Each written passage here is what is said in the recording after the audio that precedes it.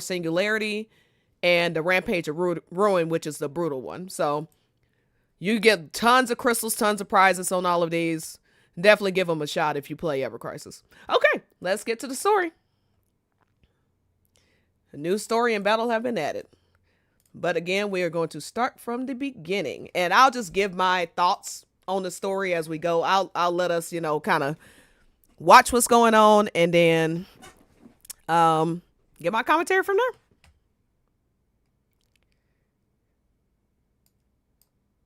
there. Okay. Had to make sure. Okay, we're good to go. This is stage 1, Gatekeeper of the Land of the Dead.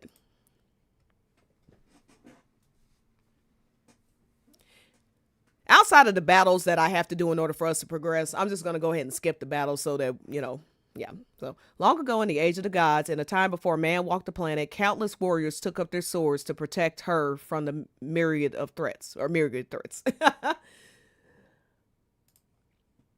Nope. Oh, don't skip. Sorry. As the gods departed and made way for man, there was one who would not forsake his battle. More. I require more. My blade thirsts for blood. It's kind of interesting because Alfred in Loveless says a similar line, so that is kind of interesting. I don't know that it means anything. I don't know if the Japanese is similar or not, but that's what first came to mind for me when I saw the whole, blade thirsting for vengeance,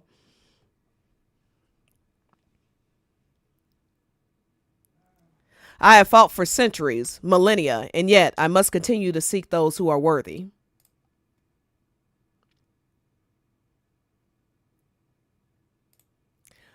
This presence.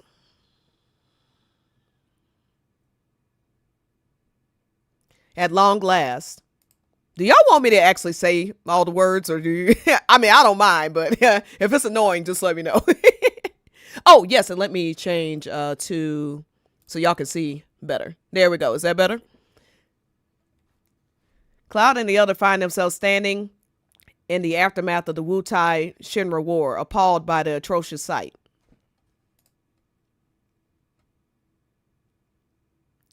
Shinra killed so many of my people. I can't believe I'll never be able to see them again.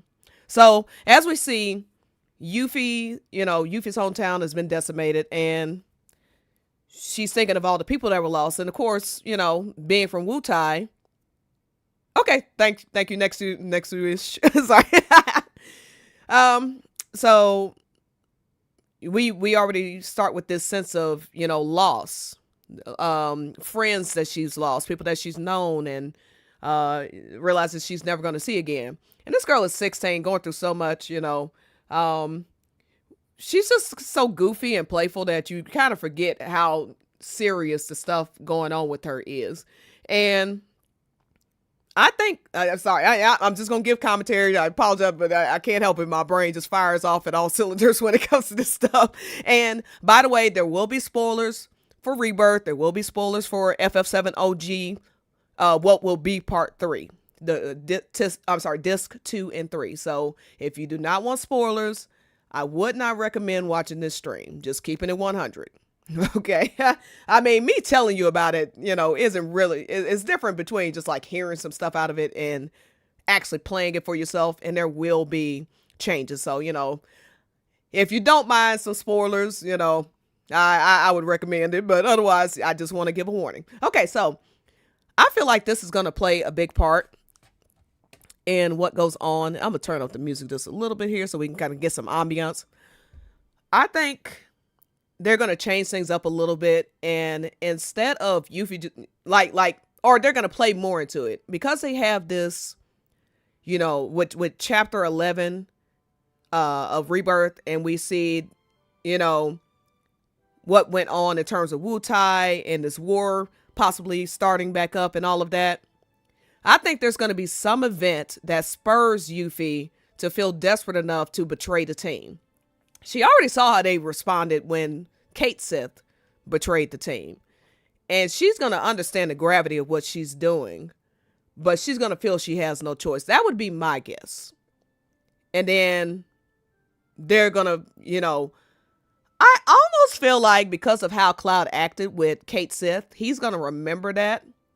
Like he was cool about it with Barrett, he figured like, well, Barrett didn't even necessarily betray them. It was just a misunderstanding, but he wanted to hear from Barrett himself what was going on. He gave Barrett that benefit of the doubt. He did not do that with Kate Sith, because he betrayed them, and Cloud just, and Cloud was out of his mind anyway, and he was just seeing everything as black and white. I think Cloud might surprise us and be the one to be like, hey, if she was willing to do this, there must be something crazy going on. Let's find out. She might need us. So I'm really interested to see how all that plays out, because they've shown how close Cloud and Yuffie have gotten. There's like this brother-sister bond that's going on with them, and that they've really leaned into with Rebirth. So I'm really excited to see where that goes. But that would be my guess. And Yuffie is definitely going to be cloudy all day and night as far as Cloud and Tifa. So she's going to be supporting them as well. So I'm just really interested in this trio. All right, so let's go ahead. Will you guys help me honor them with flowers? Of course.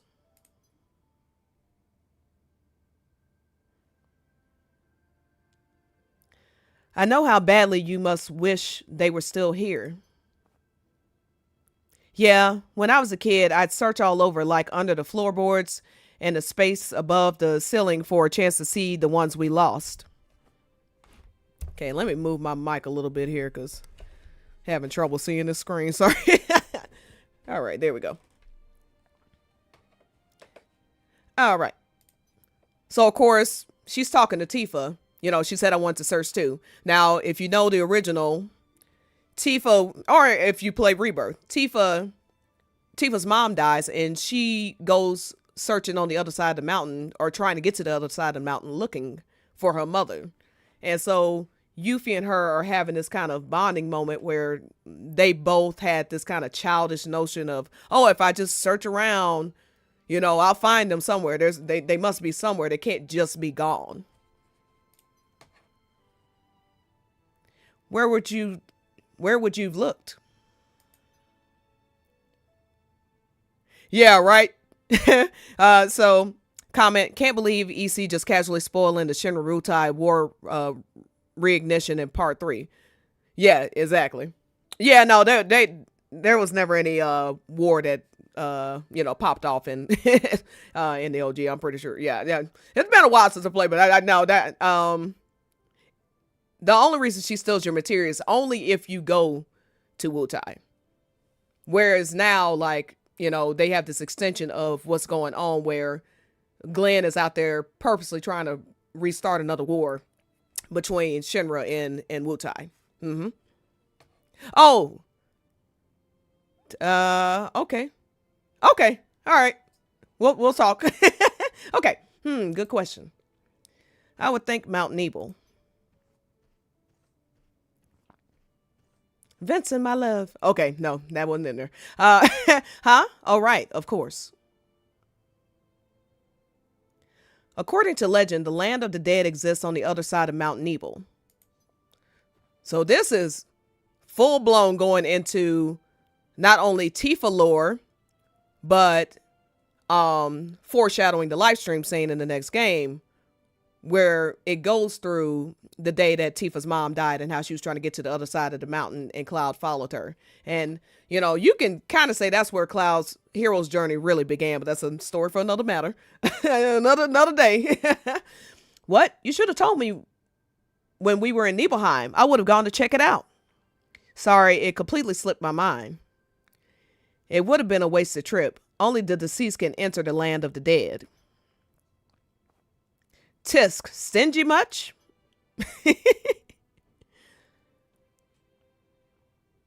Here, Vincent, this is yours.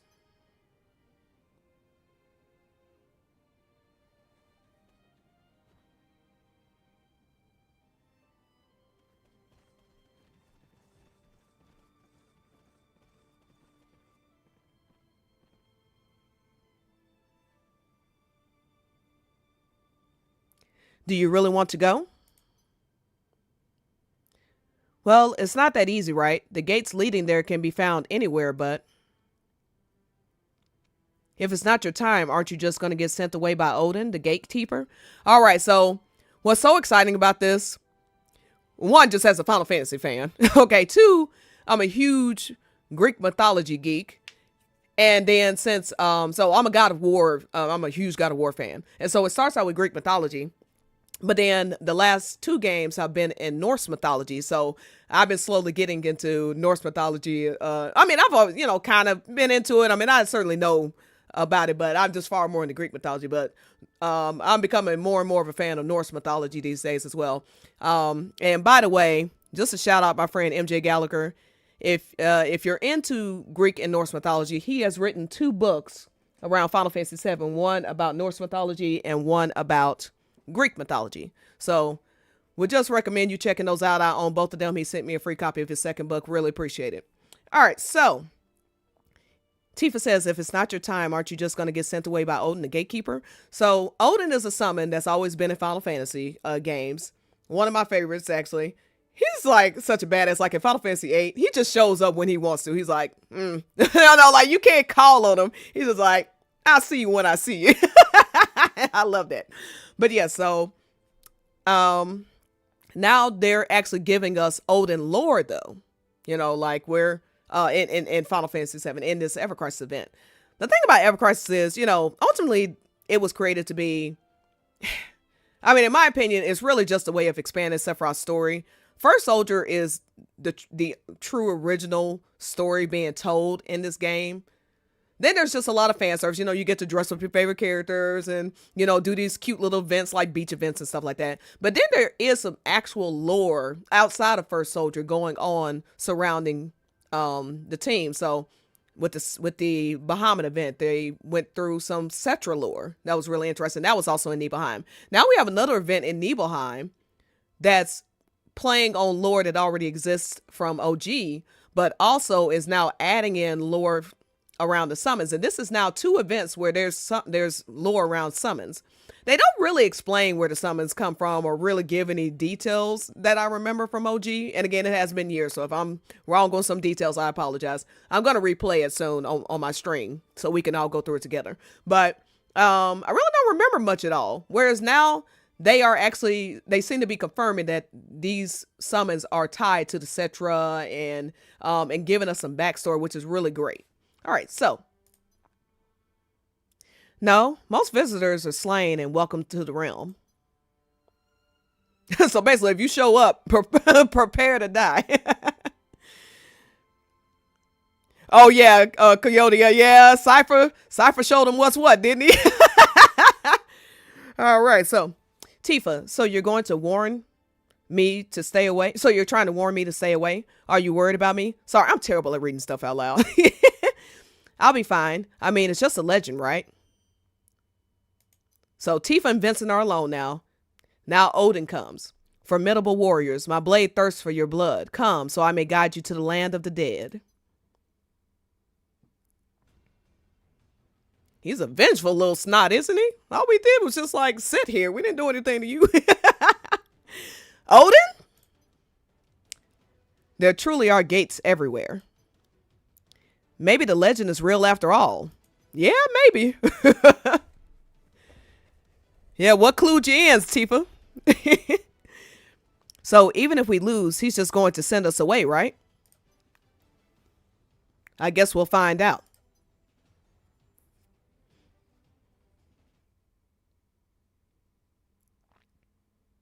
All right. So what's also interesting about that, they're centering Tifa, and she's really taking role of protagonist here. Cloud takes a back seat, Aerith takes a back seat, Sephiroth takes a back seat. Like, this is centered around Tifa, this whole event. And it's really foreshadowing her playing dual protagonist in the next game. I believe Max Dude mentioned this first, and I just love the way that he put it. Like, she's going to play dual protagonist. So there's a huge portion of part 3 where Cloud will be out of the picture, one way or the other. And Tifa will have to step up in his place. When you look at When you look at the key arts, I'm sorry, the key art where you have the Cloud, Zack, and Sephiroth. That's the cover of the game, and then you have the accompanying one, which is Tifa, Aerith, and Sephiroth. Tifa is standing in Cloud's place in that key art, and there is a reason for that. Not only is she the love interest, and then of course on the other side, Zack and Aerith, the love interests. So they're sitting in the same place together, both under the blue sky that he made that promise to come and see her again, which he is now trying to fulfill, reuniting with her. Cloud and Tifa also standing under the starry sky, under the stars that he made this promise to save her if she were ever in trouble. But they're also showing Tifa as Cloud's equal in that right as well. And so this also to me is foreshadowing that this is not just a matter of Tifa's playing a supportive role to Cloud, or this is just a kind of frilly thing like, oh, let's just make it cutesy and romantic, which I'm fine with cutesy and romantic, don't get me wrong. But they are putting her up as, again, a main character, and I just love that about this event. It's taking her to a new level, not just love interest, but heroine and main character, which she basically will be for a good portion of part 3. All right, next part. I'll try not to talk as much during this. Impressive. You are indeed a worthy adversary. Worthy? What's he talking about? I don't know, but I think we should leave now. Vincent's got the right idea. You who wear the crimson mantle, we shall meet again. However, you are not worthy. Yeah, I agree. They're kind of a band of misfits, and a lot of chance meetings, as Eric said in the last event, a lot of chance circumstances that brought them together. And a lot of them aren't seeking to be heroes of any kind. Most of them just, are caught up in whatever situation they're in. But yeah, they all managed to come together and save the world. It's amazing. All right, what just happened? We must have gotten separated. Is this Mount Nibel? But there's no reactor. Is this the land of the dead? No, it can't be. Sephiroth? Monsters incoming from above. There's no end to them. Fall back. Sephiroth.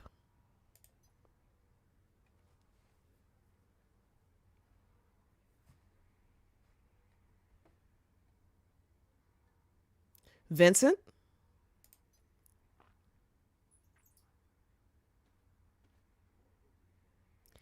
Did we get separated?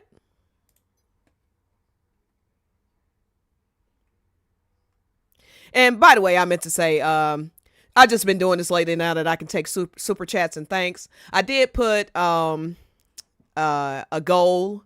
So if I make it to 10 super chats, I mean, it's late, so I doubt I will. But if I make it to 10 super chats, I was gonna let the audience choose my next stream topic, but just letting y'all know, no pressure, doesn't matter. I've been doing this for free for years, but the support would be appreciated nonetheless. All right, so wait, is this Mount Nibel? But we were just in Wutai, and then we fought Odin. Tifa. Huh? Is that? Now, Avalanche have shown up. Long time no see. Heya. Jesse? Wedge? Biggs. My acting is horrible, but work with me here. So I guess I'm in the land of the dead. It's real. I can't believe it.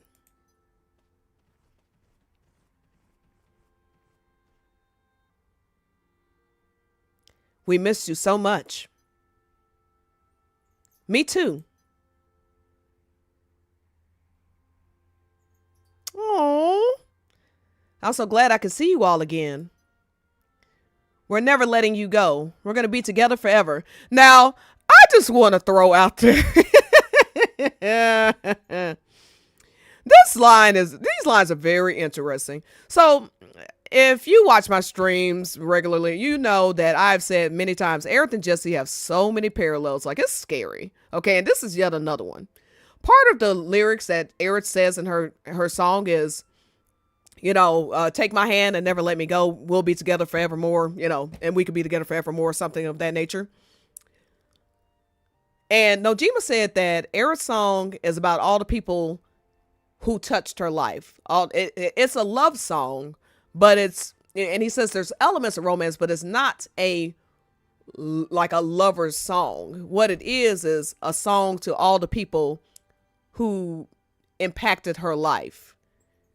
And what's interesting is she actually sees Avalanche. The rebirth material ultimatum confirms she actually sees Avalanche in the crowd.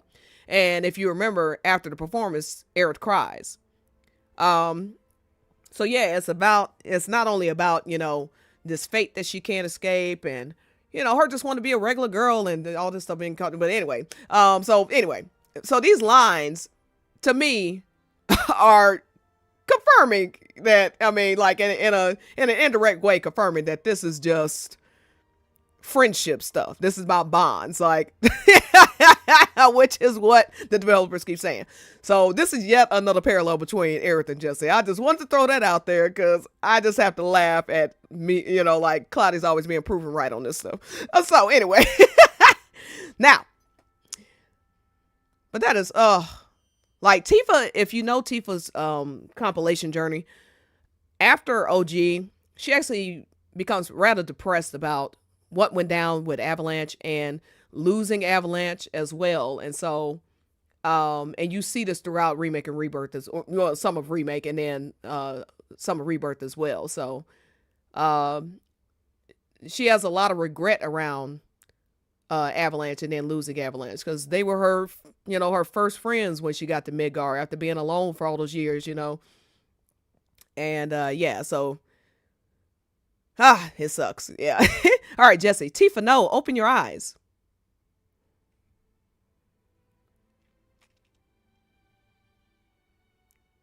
Yeah, it's all together forever, always. So it's like she's almost in this like type of trance. They're not us. It's an illusion. And I feel like, the dead being illusions might play into part 3 as well. Damn it, she can't hear us. But that must mean she's not dead, right? They seem rather calm for people who know that they're dead. I don't know. I guess they're chill about it, Well, that's a relief. I wouldn't relax just yet. She's in the realm between life and death.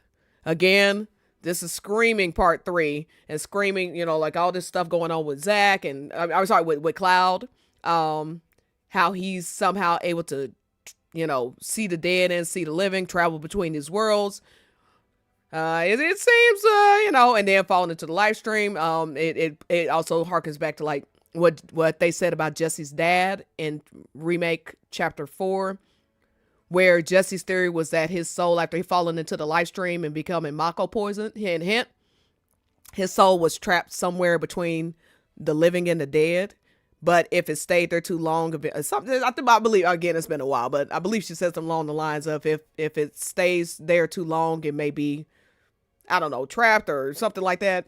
But yeah, so all types of hints around the compilation coming crashing down right here in this event. It's amazing. And at this rate, she's going to end up here with us sooner than later. Isn't there anything we can do?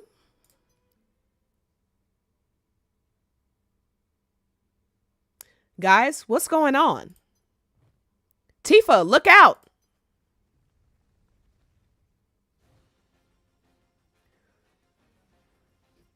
So, showing that monsters can take the form of dead loved ones. Very interesting.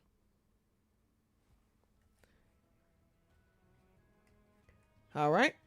A strange twist of fate.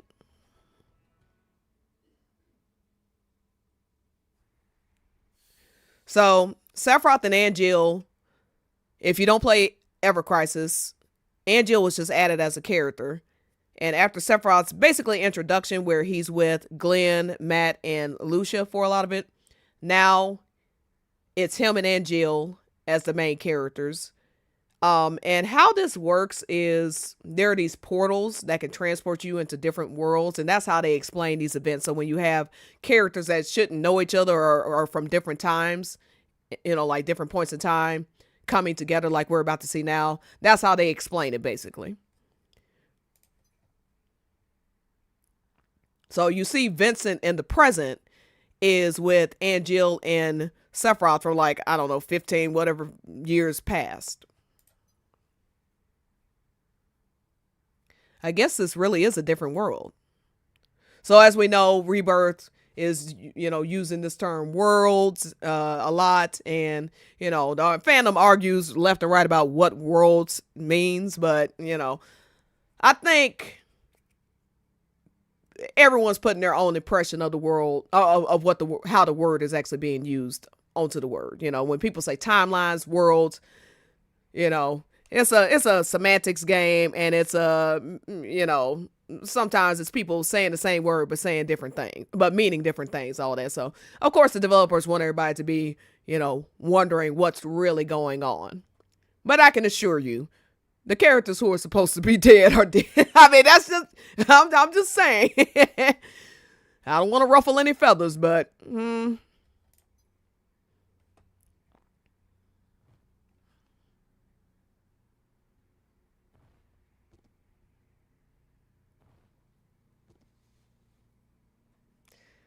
you know about the Mako reactor that used to be here?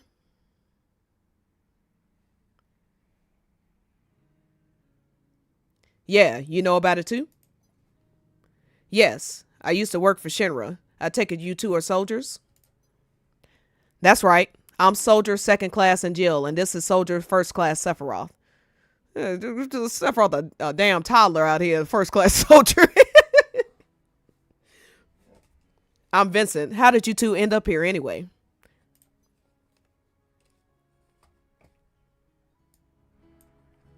We were in southern Wutai when we were attacked by Odin. So notice, Angeal and Sephiroth were in Wutai, but so was the gang. They were also in Wutai.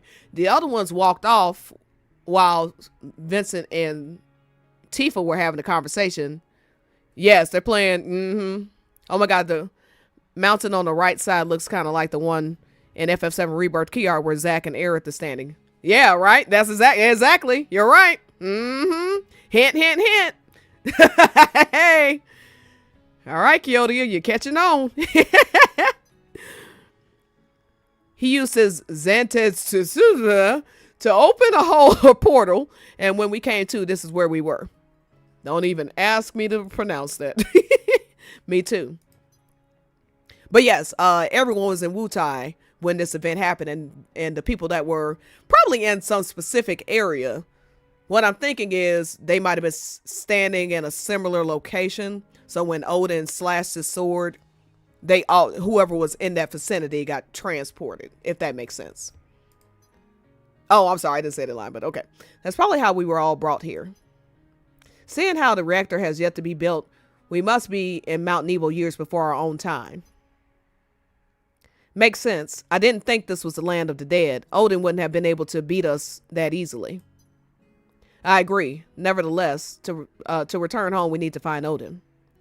Will you be joining us? I would, but I need to find someone first. They should have been sent here too. Then we'll help you find them.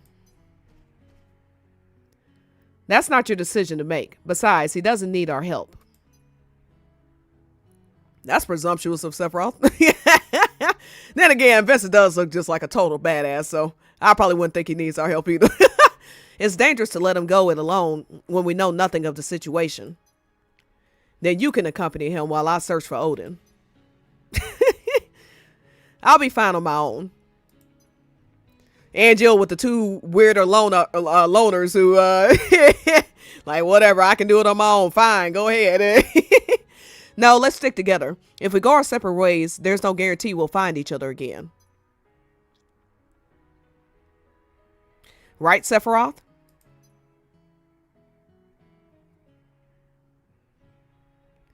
Dot, dot, dot. All right, another comment at Kyodia. It was always Mount Nibel, land of the dead, on the right with Xerath. Nibel village, land of the living, on the left with Cloudy. Absolutely. This is a strange twist of fate. How so? Never mind. Anyway, thanks for the company. Now, I'm going to make a very strange parallel right now, and I want y'all to follow me here. This reminds me of Dragon Ball Z. Because if you know the Trunk Saga, Android Trunk Saga, all that, there's a future version of Vegeta's son that comes to their timeline. And he pulls Goku aside basically and tells him that he comes from the future. He knows the events that are going to play out, and he's warning Goku of what's to come. And so Vincent, while Vincent didn't have somebody time traveling to tell him anything, he sort of is playing Goku's role here, because Goku, for those 2 years or whatever it is, knows what's going to go down, but he has to keep that to himself. Vincent knows what rot Sephiroth is going to, unleash onto the world during his time. But I think Vincent also knows you cannot play with fate.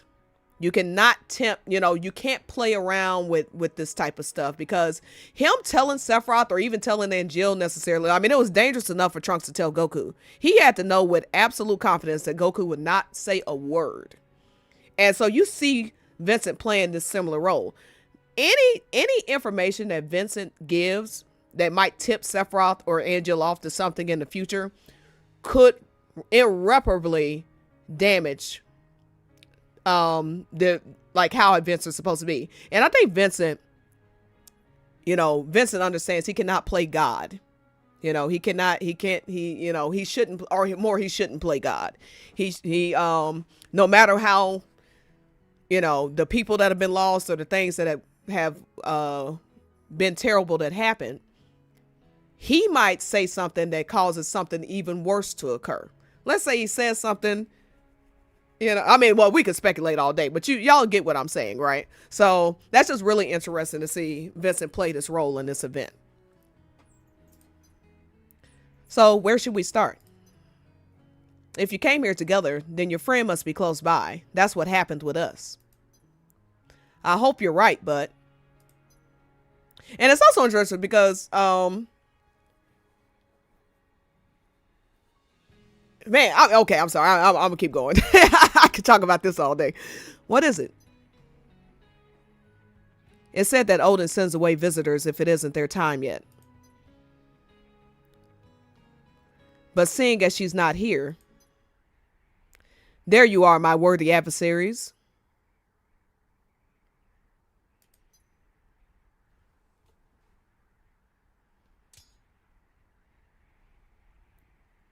And Kyodia, by the way, just a little nod to, Sephiroth's sword is pointing in the direction of Cloud and Tifa, who are just like these, village kids from the middle of nowhere.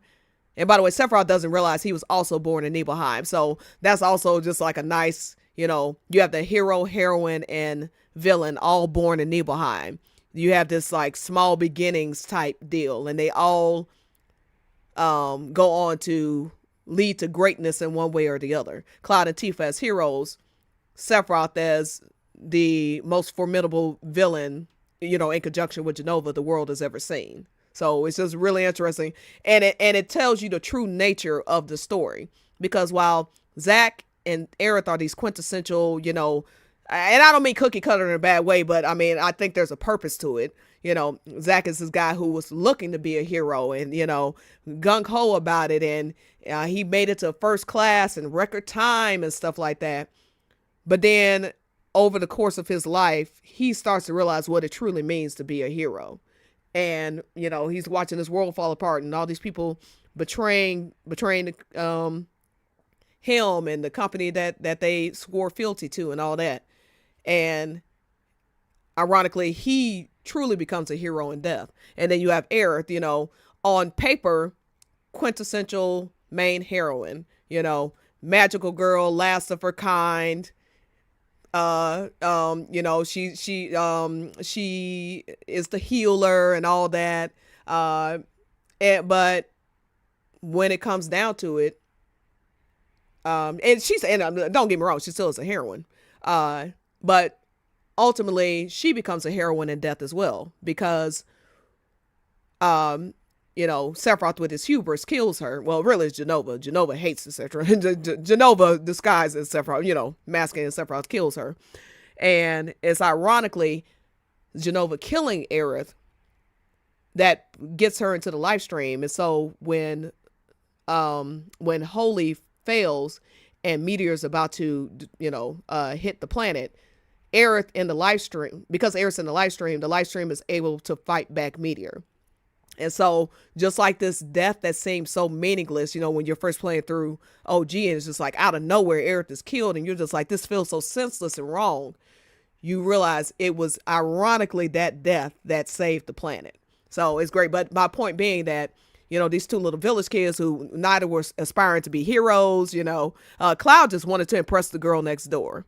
That's really what the story of FF7 comes down to when you're talking about Cloud's story. Yes, there's tons of characters and tons of events. There's a lot of layers to it, but when you boil it down, this all started when I say that Cloud's hero's journey begins to me with this event in Mount Nibel, with Tifa falling off the mountain. That's when he decided he wanted to be able to he wanted to have the strength to be able to protect the girl he loves, to protect his family. And that also leads to having children, to protect those he cares about.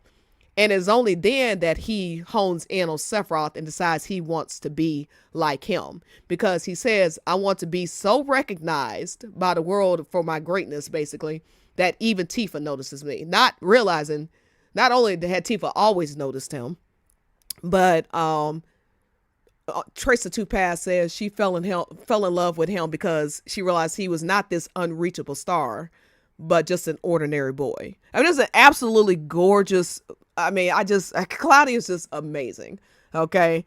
And so, yeah. And then it's that desire for him to be her special existence, as 2000 Guild to becoming a hero says, that spurs all the, starts with him joining, soldier.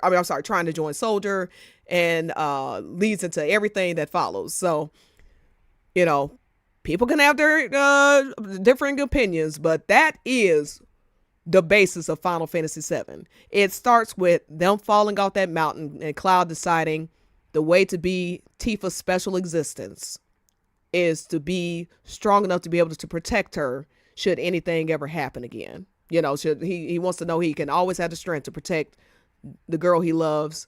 And then eventually it leads into the family they have together post OG. All right, back to this. Feast your eyes upon my blade. It grows stronger with every champion I slay. As gatekeeper of the realm beyond, I have taken the lives of many.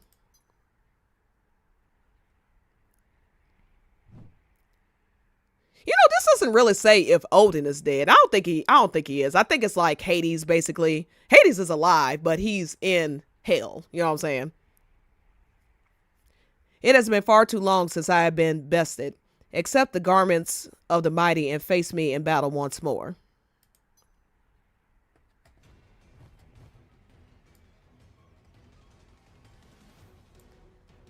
What the? So now they've gotten these new outfits because I don't know why. What is this? The outfit thing also is interesting. I'm sorry, this is one more thing and I'll shut up after that. Final Fantasy X. Final Fantasy X2 kind of introduced this. Well, no, it didn't introduce it, but it does remind me, because there does seem to be this connection that I don't know that it was always the case, but over time, it does seem like they have purposely connected Final Fantasy VII and Final Fantasy X. And so X2, when the girls change into different garments, they take on the characteristics of the person that they came from. So this is what that kind of feels like to me. And all of them seem to be kind of fashioned after Norse mythology characters. So Tifa is Fenrir. And if you know, Fenrir, and we'll get to her soon, but Fenrir is what Cloud's bike is called, the one that Tifa basically bought for him. And then also that wolf symbol that he has and all that. Yeah, so Cloud already has a lot of Fenrir stuff around him, Fenrir lore. And now they have made Tifa Fenrir in the Separate Crisis event. That is not a coincidence. That is given only to those I deem worthy.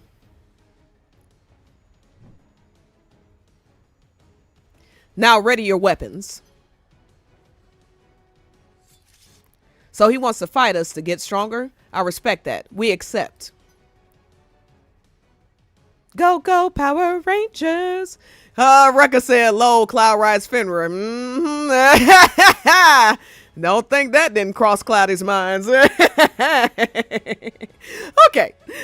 Don't I get a say? Now, oh, don't I get a say? Okay, I'm not even going to bring up what just crossed my mind. Before we do this, I want to know where my friend is. Your business can wait. Damn, he rude. Next to it, wink, wink. Now let us begin.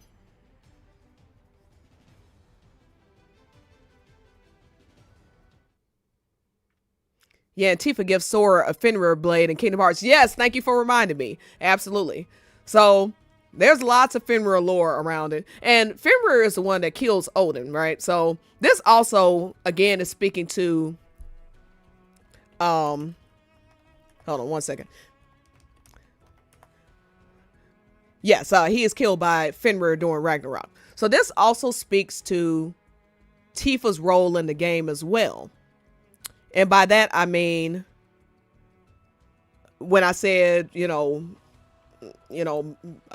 protagonists, heroine, all that, it's showing that Tifa is not just a pretty face. She's not just a side character. It is putting her on par with the person who kills the Norse god of the gods. Okay? Like, that's wild. I mean, they could have easily made Sephiroth into Odin if they were. Now, my personal opinion on that is, if we're talking about in terms of Final Fantasy VII, if anybody was Odin, it would be Sephiroth and Genova. So I also find that a little interesting. But I don't mean this Sephiroth. Like, baby Sephiroth is, he's still a good person. He hasn't been completely corrupted by life and his trash ass parents. So, but anyway, I again, maybe I should go into more detail about that type of stuff later. But yeah, let's keep going. I swear, like, everything about this is reminding me of 5 other things. So it's really hard to stay focused on one thing. Okay, impressive. You have bested me yet again. I mean, there are 3 of us. So next to it said, Fenrir breaks free from its chain, swallows the sun, and kills Odin during Ragnarok. Now, I think, again, this is where this parallel between, or this kind of connection between Tifa being Fenrir and Cloud being Fenrir, because when you put it like that, that screams Cloud and Sephiroth. You know what I'm saying? Like the whole breaking free of his chains and killing Odin. That's what Cloud does in his last battle with Sephiroth, and he does it in having children as well. So that's super cool. And so once again, for them to put Tifa on par with Cloud in that way, just like I said with the key arts aren't just pretty things to look at. I'm telling you, there's some deep shit happening in those key arts. Okay. For Tifa to be standing in Cloud's place on that key art is powerful, and there's a lot of meaning behind it. I believe my victory was certain. And if you don't believe me, go look back and see what Clarence was saying about it. If you don't believe me, see how they were reacting when they saw that Tifa was standing in the same place as Cloud. Trust me, they understood what was going on there. They read it loud and clear. Okay. All right. So where's his friend? At the land of the dead's gates, I stand guard and judge all who approach. Those who fall to my blade are granted passage to the realm beyond. Well, thanks for the thanks for the honor of going to the land of the dead after you murdered me for no reason. Okay. I sense the presence of another visitor. Until we meet again. And then again, why do they keep saying until we meet again? Again, the lines out of out of No Promises to Keep. And I'm just saying, they just did a Loveless event where Aerith sings the No Promises to Keep song. And now we're doing a whole event around dead people. And there are lines reminiscent to what Aerith sings in that song. Just saying. And by the way, if you aren't aware, what we got in the last chapter of Ever Crisis for FF7 OG was the gold saucer stuff. And the chapter that's next, Temple of the Ancients, probably Bone Village, but they may just give a line or two. But basically, Temple of the Ancients and Forgotten Capital. This anniversary event precedes Aerith's death. An anniversary event about the dead. Now, again, this is clearly all about Tifa, but I'm just saying there also is that connection of, friends who have been lost. Those, because it starts off with Yuffie talking about people that she lost and she'll never see again. And them honoring the dead that way. Then it goes on with Tifa seeing Avalanche. So while the theme of this is clearly around Tifa and her heroine role, foreshadowing part 3, there also is that underbelly of, hinting around the fact that, you lose friends in this journey. All right. Let's go after him.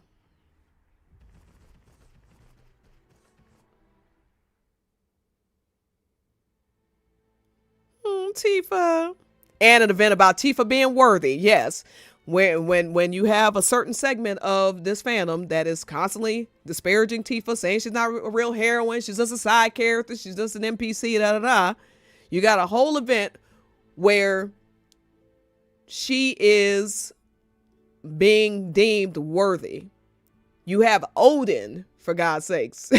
Odin, the god of the gods, who is going to deem Tifa worthy. Now, I have not seen the last portion of this, but I clocked this the second I saw this. Him saying, slashing Tifa away from the rest of the others and saying she's not worthy. But we know they all get outfits. So this was very easy for me to put together in my mind. The other ones got outfits because they were worthy. Tifa has an outfit. So clearly something goes down and I do not know what it is. So I'm really excited to find out. Something goes down where then Odin obviously is going to consider her worthy as well. I've been avoiding spoilers on on Twitter like crazy since the event came out. All right, so where am I? And why were monsters pretending to be my friends? Jesse, Wedge, Biggs, I miss you all so much. Can't we do anything? This isn't good. If Odin finds out, he's going to send her here with us. No way. I love how Wedge always holds his stomach when something's wrong, like when he's hungry or something's wrong. Or all right, you wish to save her?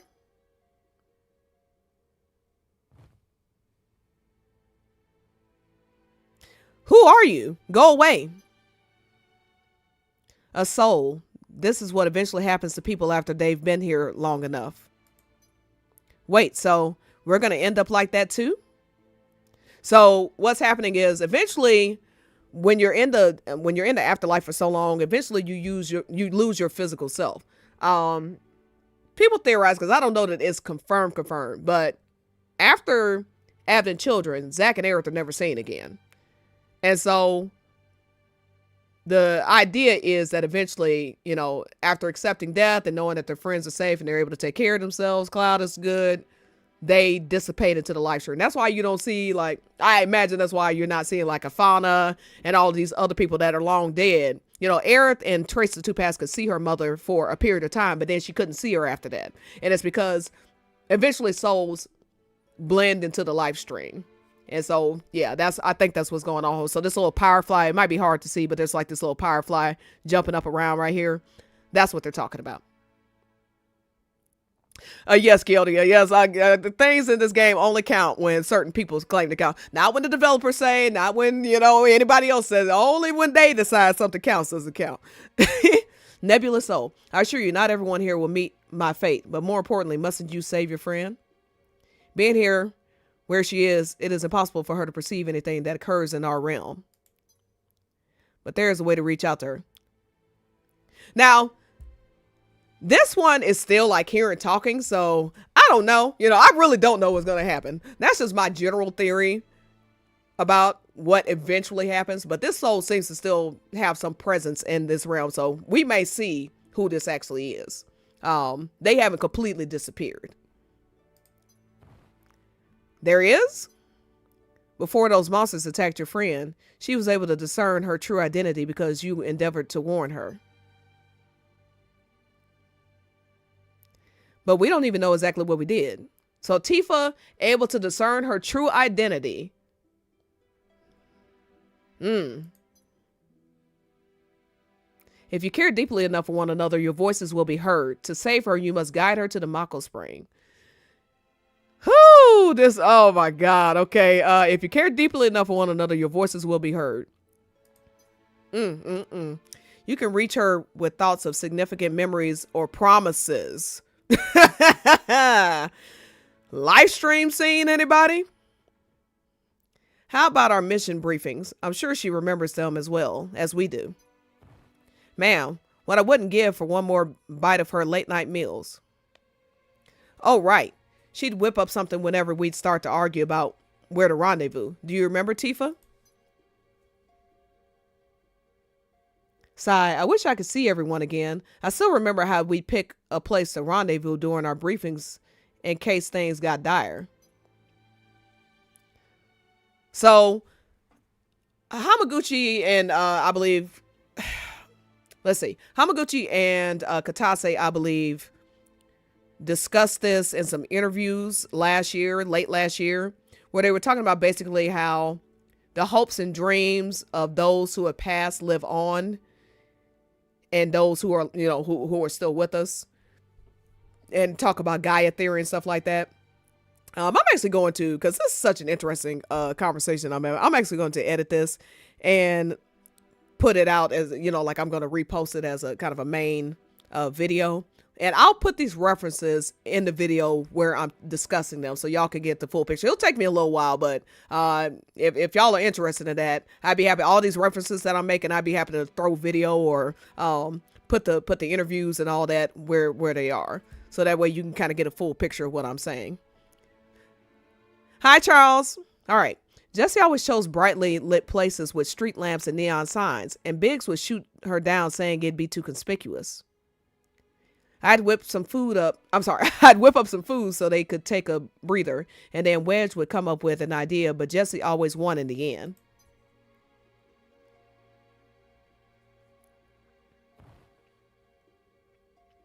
It's working. All right, Tifa, if you can hear this, know that things are dire. Yeah, we'll meet you at the brightest, flashiest spot around here. You got to go to the rendezvous spot. I have a sneaking suspicion, like this whole rendezvous spot thing. I have a very sneaking suspicion that the water tower during the live stream scene in part 3 will play as some kind of waypoint, some sort of North Star for Cloud and Tifa. It's way too early to tell, and we'll get a lot more information. We're supposed to get information this year, in fact, I believe, for part 3. So, but I'd be really curious to see if, because of how crazy the afterlife is, and we saw these, this craziness with the worlds and stuff, I wonder if, just like how the church seems like it's going to be a sort of North Star for Zack and Aerith, if the water tower will play a similar role in the live stream scene. All right. Yeah, the Mako Spring. The Mako Spring. That's where I'll go. I see you were able to reach her.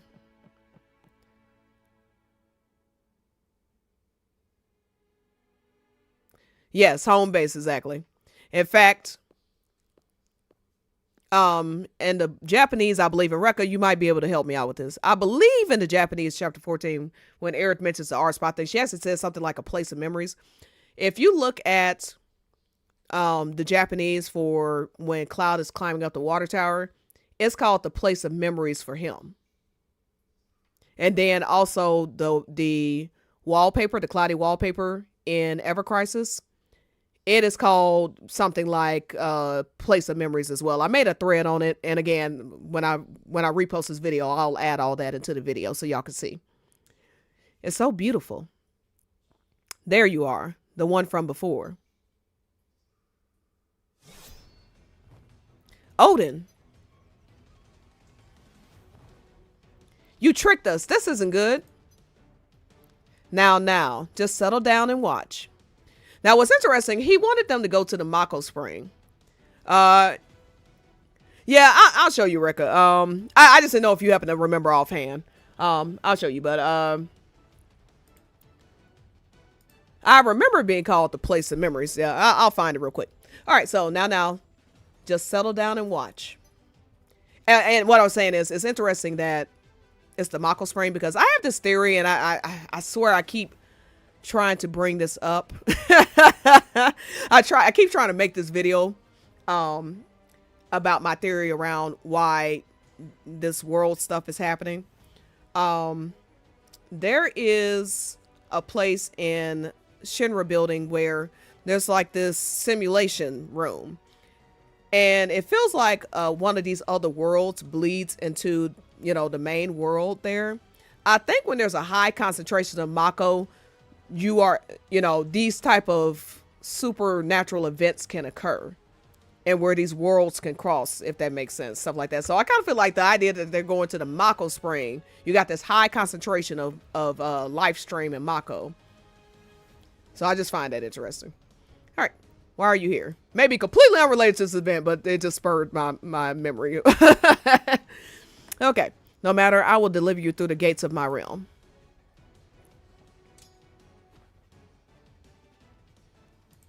Tifa, run! Oh, that was a convincing... Oh, I will never be an actress. Wait. Vincent, is that you? Where are you? I shall deal with you later.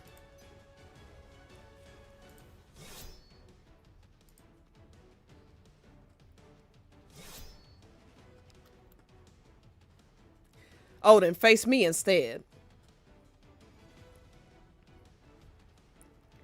Odin, I already said that, sorry. Odin, face me instead. And if I beat you, you have to bring Tifa here. You alone will not do. I shall battle each of you in turn, and if any should fall, your friends shall join me in my realm. You got a deal. I love that Sephiroth is left-handed. I just can't help but say that all the time. Your life shall end as rust upon my steel.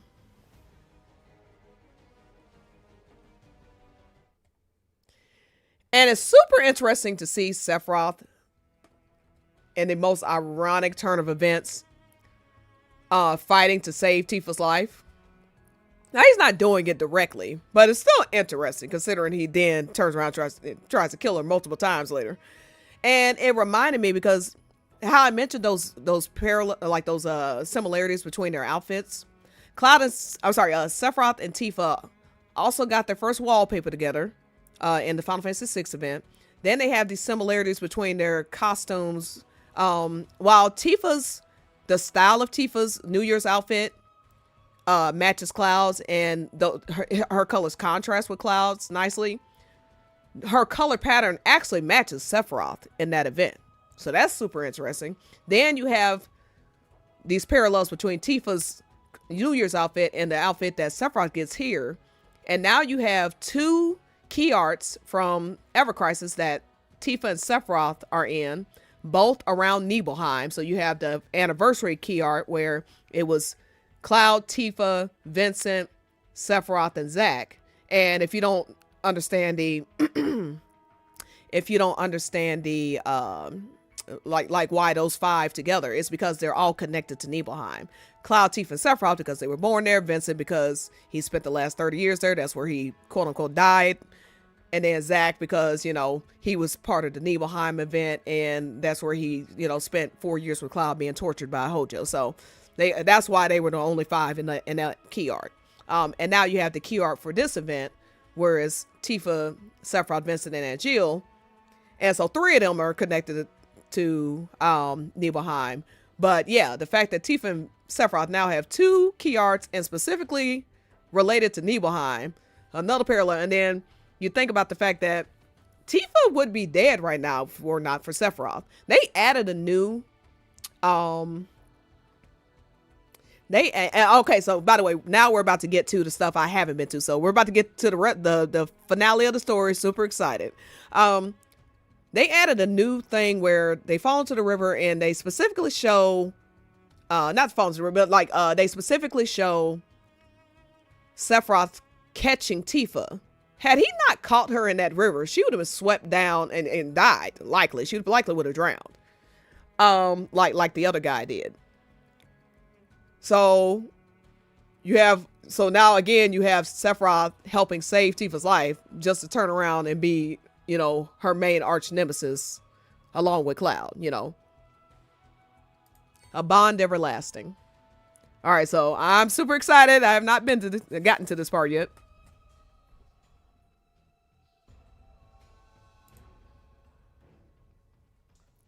This cannot be. Now bring my friend back.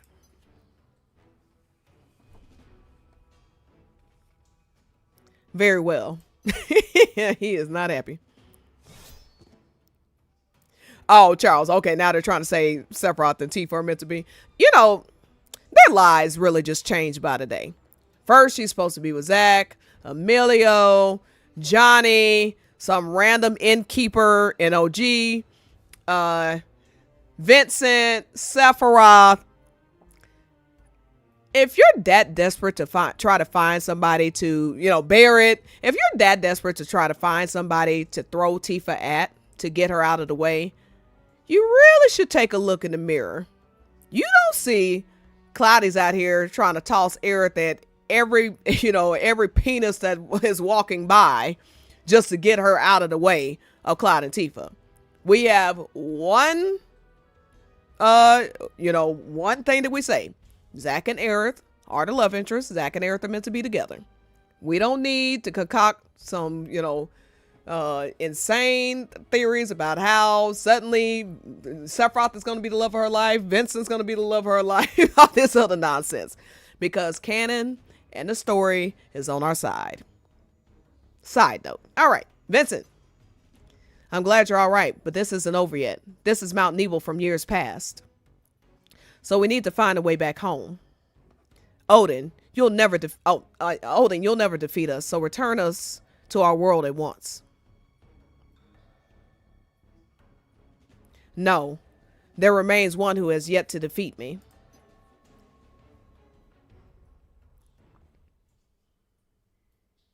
Okay, Rekka. So Rekka's asking, what are these sequences anyway? The latest main story I haven't been able to play since it came out. Text too small. Yeah, so this is so they had a half anniversary event like for the 6 months into the game release. Then they had a year anniversary event. This is the 1.5 year anniversary event.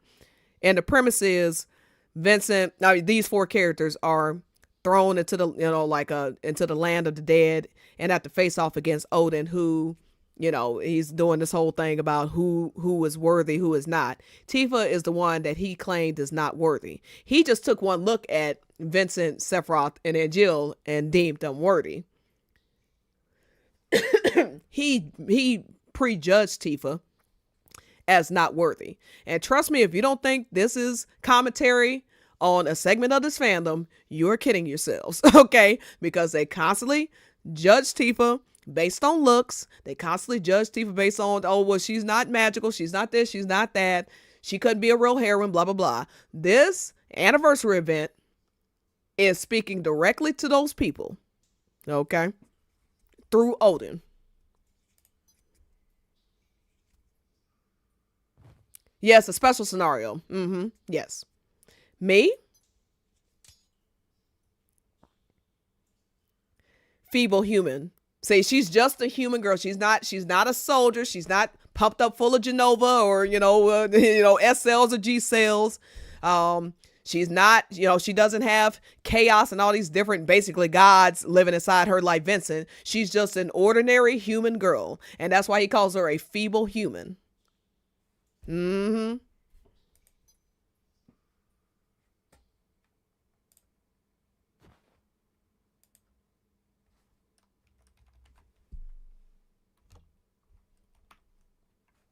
All right, give me 1 second here.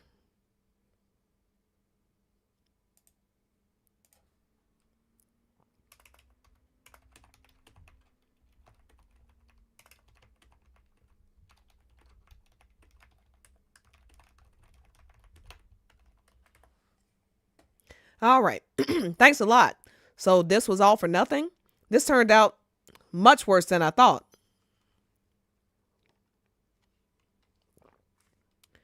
You must stay calm. Your voices can still reach her. You can lend her your strength. See, yeah, like this Firefly, like it's a Firefly, but I feel like there's more to this. I don't think this is just like a normal turn of events. Like if just like kind of a regular soul was dissipating into the live stream, clearly. Because this soul is doing a little much. Now show me the might of the bonds you four share. And so bonds doesn't just mean, romantic or friendship bonds. Tifa and Sephiroth share a bond. They share a bond of having the same place of origin. They share a bond as in, both, and one in a very weird, twisted, sadistic way is attached to Cloud. Tifa in a romantic and friendship, because childhood friends, but also are lovers. Eventually, they have this romantic bond. It's all types of bonds, so that's super cool. Let's do it. And here, my voice can also reach her too.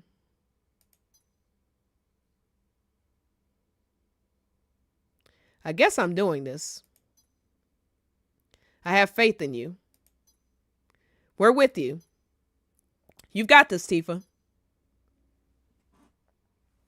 Huh? Guys? So now she actually heard them. And again, that's what I meant by, maybe places where there's this high concentration of Mako. And then perhaps other things as well that play into effect, but where the dead can actually reach the living. In Rebirth chapter, well, it doesn't necessarily pertain to chapter, but there's a side quest you can do where they actually show you how Wedge died. He is in fact dead. When you fall 60 off a 60 something story building, you die. Okay. Despite all the theories about whatever. No, he's dead. Okay. And at one point Barrett can hear, I believe it's Wedge. Barrett can hear him. Now, Cosmo Canyon is kind of a special case because, it's Cosmo Canyon. So I think a lot of phenomenon are just going on around there in general.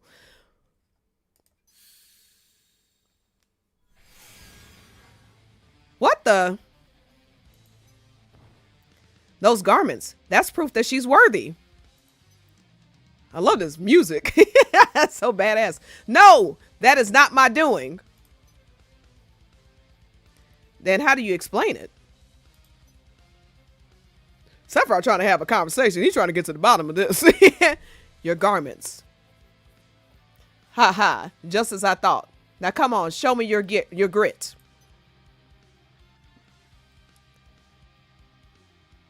Yeah, exactly, next to it. So dense Mako acts as a string between two cups. Yes. So just real quick, when I was talking about that Shinra simulation, after they do the whole, hey, this is the promised land or whatever, it suddenly shows like this super apocalyptic, ending where Cloud is helping Sephiroth destroy, and a meteor is hurling down and Midgard's being destroyed.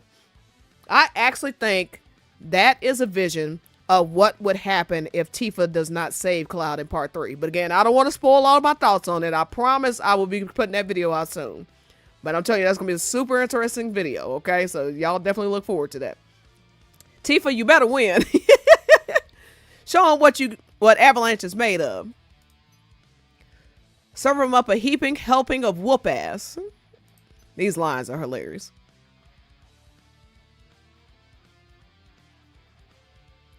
Thanks, guys. I'm going to do this for all of us.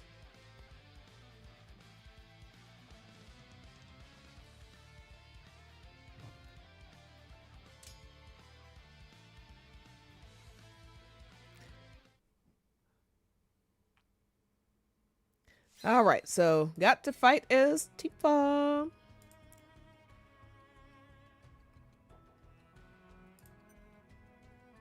Okay, I'm going to do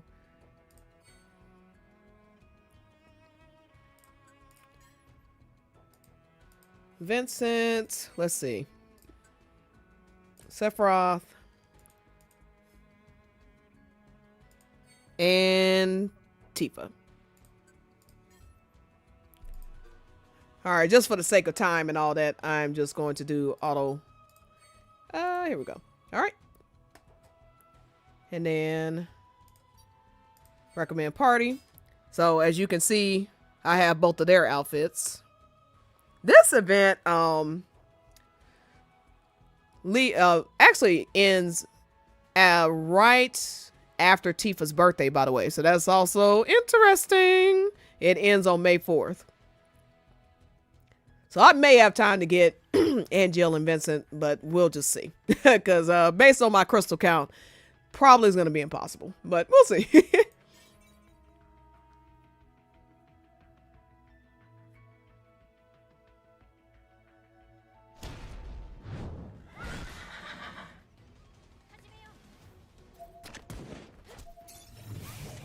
Yeah, I'm super overpowered. So I mean, like,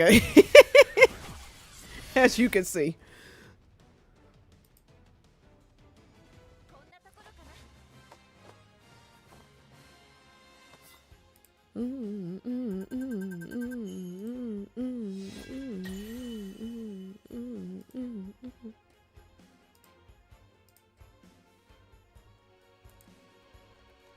Okay.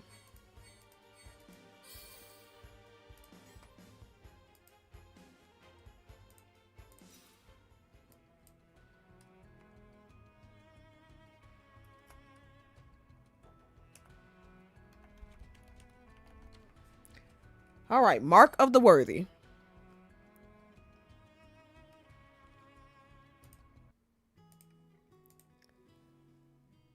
You are a formidable opponent.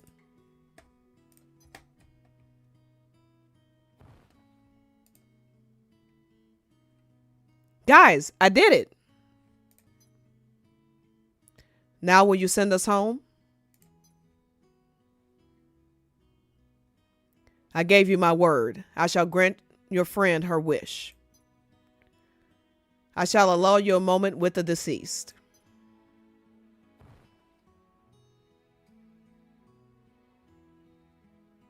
With my friends? Really?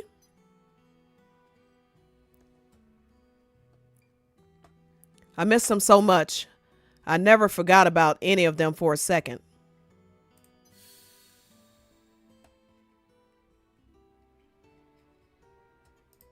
But it's all right.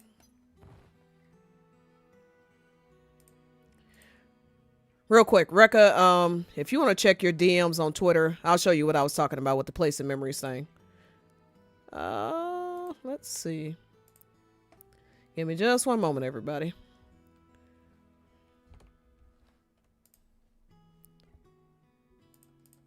Okay, I sent you what my thread on it. Okay, back to this. So Tifa's, excuse me. So Tifa's saying that she actually doesn't want to see Avalanche. We've never really been apart because they've always been in my heart and they always will be. So that is the source of your strength. Again, speaking to this idea that even though someone is dead, they're never really gone and you're never really separated because they're always in your heart. and they live on through you.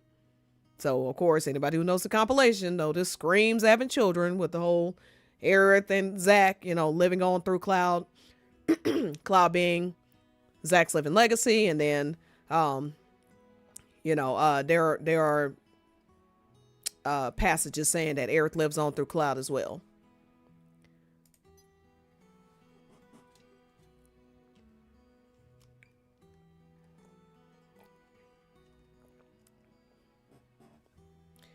Do you surrender?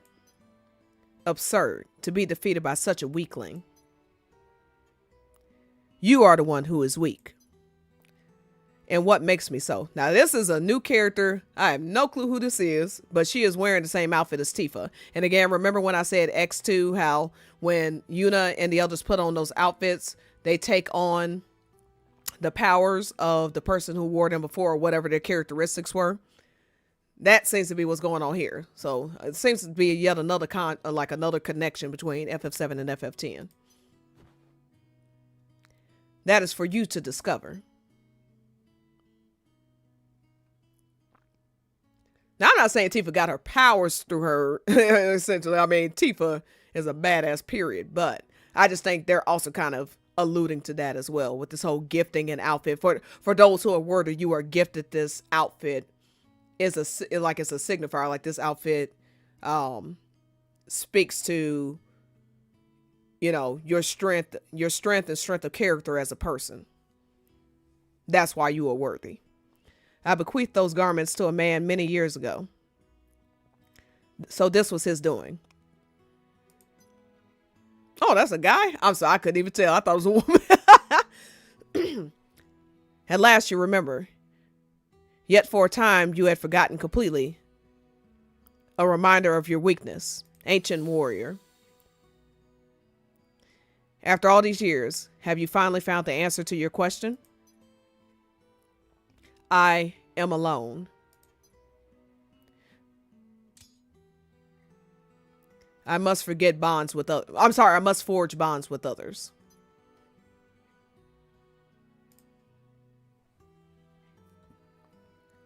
Powerful bonds are indeed the answer, but there is no need to forge any, for you already possess them.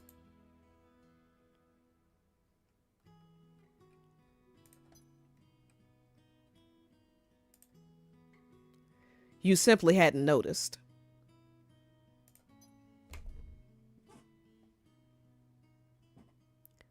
That cannot be. As the gatekeeper, I have done naught but vanquish souls and sever ties that bind them to the living.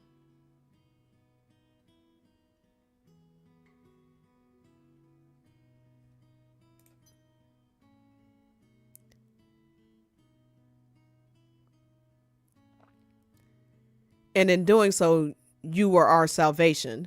You inspired us to become stronger, to become better. And for that, we are filled with gratitude.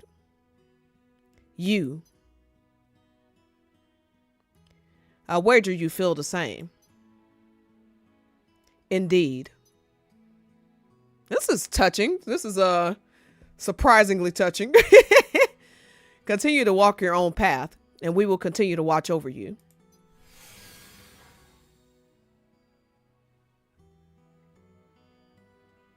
Never forget that. Yeah, ain't this shit deep? It's crazy. Just a little gotcha, just a little gotcha event. But there's so much layered into this. So much story, so much lore. This is tying so much of the compilation together. And that's what Re-Trilogy is doing. Re-Trilogy is not rewriting the entire story. It's not scrapping the entire story of FF7 and making some fan fiction version of it like some people want it to be. Re-Trilogy is simply tying in all of these elements over the last 20 plus years and rolling it into a trilogy. That's what it's doing.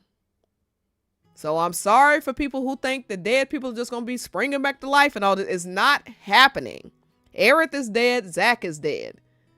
And as painful as it is, the past is forever, as Aerith said. You cannot change the past. But they live on through the characters that they whose lives they touched. and their sacrifices were not in vain. And I don't mean sacrifices literal, well, I'm not getting literal. I'm just saying, you know, you get me. The bonds you have forged are what give you strength. Never forget this. Right. So I think the reason they're using Avalanche is one, because they don't want to just flat out spoil everything's about to happen in part 3 or later in this in this game. You know, when we get to this 2 and stuff, they're using Tifa and Avalanche as a microcosm to explain these larger elements and larger themes of Final Fantasy VII as a whole. You get what I'm saying? So it not only showcases her as a heroine and a protagonist, it ties in all these different elements that are in the game, but also all these different themes, you know, all these different actual storyline events that are in the game, but also these different elements and themes of the story overall, all rolled into one amazing little event.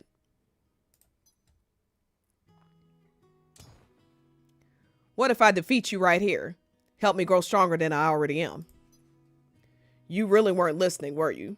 His point was that I can help you grow stronger without you needing to defeat me. To each their own. I'll keep doing things my way. Well, if it took Odin that long to figure it out, it's certainly going to take you a long time too. But I'll stick around until you do. Do whatever you want.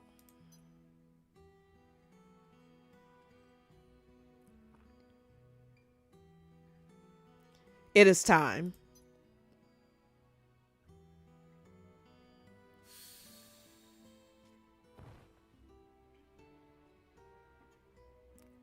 Don't work too hard. We're always rooting for you. Take care of yourself.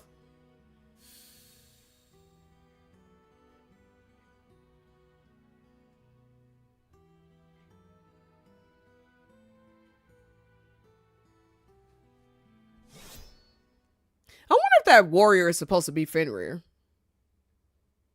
Like the actual Fenrir. I don't know. No, I mean, it can't be. I don't know. I have no idea. I'm not even going to pretend to guess what that's supposed to mean. We shall meet again someday. Until then, you must train and grow stronger unless you wish to be defeated once more.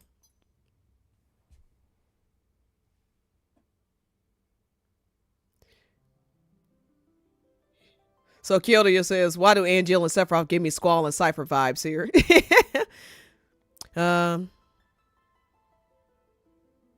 This is the city of 012 Sephiroth in a nutshell, LMAO. How about I defeat you to get stronger? Yeah. In the age of the gods, countless warriors took up their swords to protect the planet.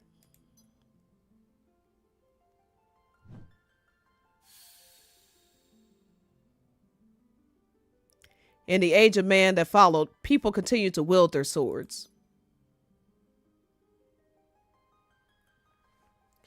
Now, I am wondering if gods and Cetra are one and the same, if gods are different than the Cetra, like what the connection is here, you know what I'm saying? Because the Cetra are a special people, but I mean, I wouldn't classify them as gods. I mean, they're basically humans with extra powers. To protect those important to them. Not that I care either way, but I'm just saying that's not how I've ever seen the Cetra. I feel like the gods might actually be a different element, just like the Gi are different, just like Genova. You have these different supernatural entities. So the Cetra being one, Gi being another, Genova being another, etc. To protect those important to them.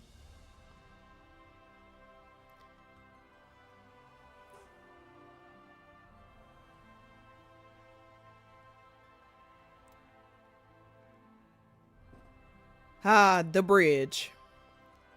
And that undaunted devotion and abiding love is proof of their strength. Now that's a great line. Undaunted devotion and abiding love is proof of their strength. And we all know it's going to take all of that for Tifa to save Cloud in part 3.